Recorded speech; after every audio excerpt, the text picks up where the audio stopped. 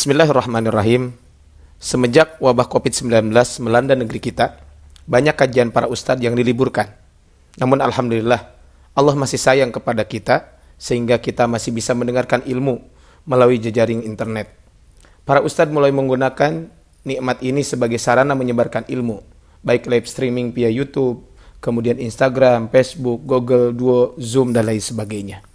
Yang jadi pertanyaan adalah, apakah mengikuti kajian online seperti ini mendapatkan pahala menghadiri majelis ilmu?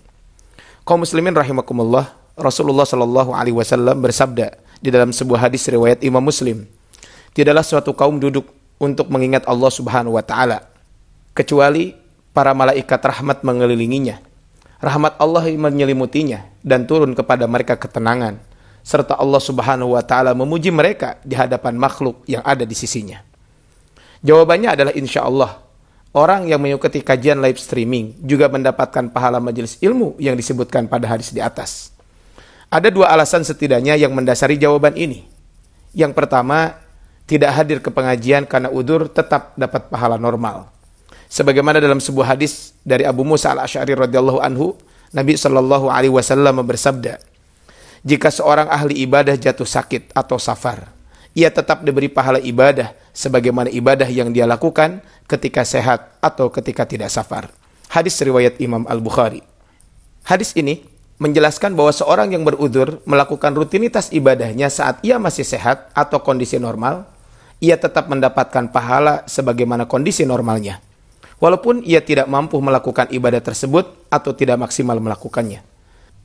Syekh Khalid Al-Muslim mengatakan, hadis di atas berlaku pada semua yang berudzur melakukan ibadah yang dia lakukan saat kondisi normal.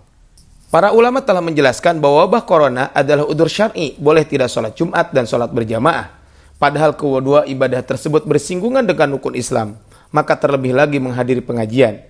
Sehingga karena adanya penghalang berupa wabah ini, seorang tetap mendapatkan pahala menghadiri pengajian secara normal atau ideal, walaupun ia hanya menyimak melalui kajian online atau live streaming. Kaum muslimin rahimakumullah, yang kedua, teknis kajian seperti ini masuk dalam definisi bermajelis ilmu. Dalam hadis lain, Nabi SAW menyebutkan perkumpulan pengajian disebut dengan majelis dzikir. Dijelaskan oleh Imam Az-Zuhri, majelis dzikir maksudnya adalah majelis yang di dalamnya dijelaskan halal dan haram, atau sebutan ringkasnya adalah majelis ilmu. Ini menunjukkan bahwa setiap orang yang ikut serta dalam majelis ilmu, ia mendapatkan pahala bermajelis ilmu. Karenanya, seorang untuk disebut bermajelis tidak harus dengan hadir bertatap muka.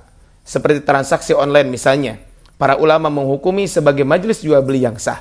Sehingga ketentuan jual beli seperti hak khiyar dan yang lainnya juga berlaku pada model transaksi ini. Demikian pula dengan bermajelis ilmu. Seorang yang menyimak secara online juga masuk dalam definisi bermajelis ilmu.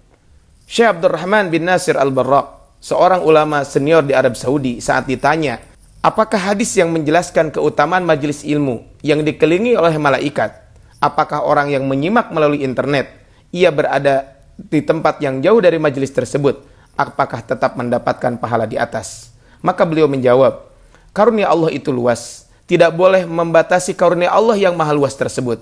Kami berharap ganjaran tersebut juga mencakup orang yang menyimak melalui internet.